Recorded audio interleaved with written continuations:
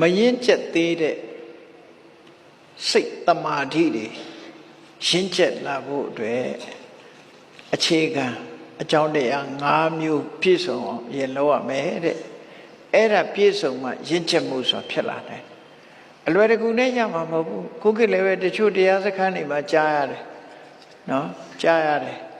မွေလိုတွန့်လိန်နေတာတို့ထကနေတယ်တို့ရှိတယ်လို့ကြားဘူးတာပဲနော်အဲ့ဒါလို့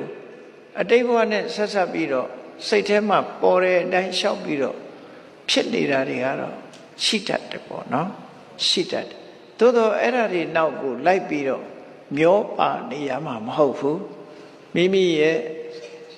တမာရီစွမ်းအားဝီရိယစွမ်းအားနဲ့ဒါတွေကိုဖယ်ရှားပြီးတရားကို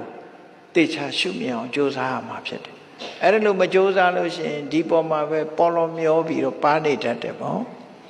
အခုမေဂိယမထေရကိုမြတ်စွာဘုရားဟောတဲ့တရားလေးတွေကိုမှတ်ထားပြီးဘာလို့ရတော့ဆိုမရင်ကျက်သေးတဲ့စေတောဝိမု ക്തി လို့ခေါ်တဲ့တမာရီစွမ်းအားစိတ်ရဲ့စံကျင်မဲ့ကိလေသာတွေကလွတ်မြောက်ကြောင်းတမာရီရဲ့စံကျင်မဲ့ကိလေသာတွေကလွတ်မြောက်ကြောင်းအတွက်အကြောင်းအထောက်အကူ၅မျိုးရှိတယ်တဲ့အဲ့ဒီ၅မျိုးကဘာတော့ဆိုရင်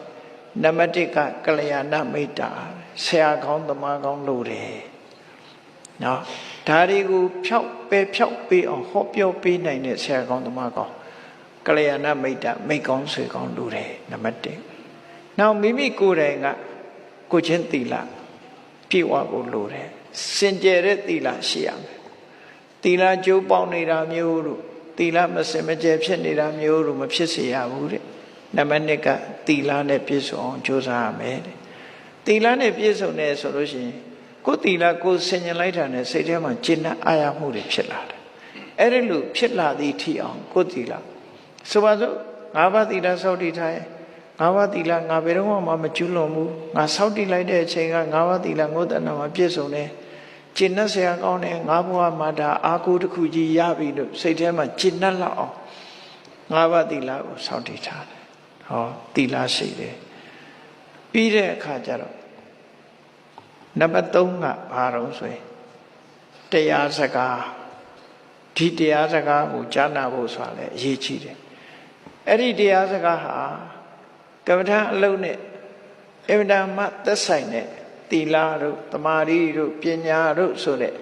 ဒါတွေနဲ့ဘဝမှာဒီလောဘဆိုတာနေဖို့နော်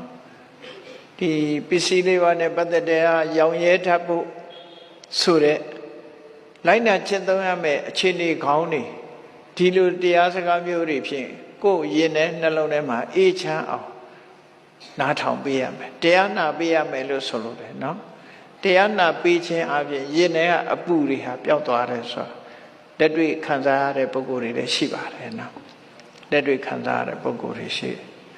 အဲ့ဒါလို့လုပ်ပြီးတဲ့အခါမှာနံပါတ်4ကကြိုးစားအထုတ်တဲ့ဝီရိယဆိုတာခုနပြောတဲ့မမှန်ကန်တဲ့အတွေးတွေကိုရင်ထဲကတွန်းထုတ်ပြဖို့လို့ဆက်လက်ခံမနေရဘူးလက်ခံတာကိုလက်ခံလို့ဖြစ်တာဟုတ်ဒီအတွေးတွေပေါ်လာလို့ရှိရင်တွန်းထုတ်ဘာနဲ့တွန်းထုတ်အာယုံပြောင်းပြီးတွန်းထုတ်နော်အာယုံပြောင်းပြီးတော့တွန်းထုတ်အောင်အဲ့ဒါလို့တခုခုနဲ့ပြောင်းလဲပြီးကမ္မထာအာယုံနဲ့တွန်းထုတ်ပြတာဝီရိယလို့ခေါ်တယ်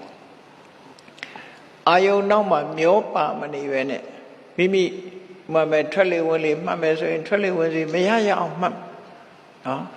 မရရအောင်မှတ်တယ်အဲ့ဒီလိုဝီရိယနဲ့ကြိုးစားအထုတ်ပြီးတဲ့အခါမှာနံပါတ်5ကပညာတဲ့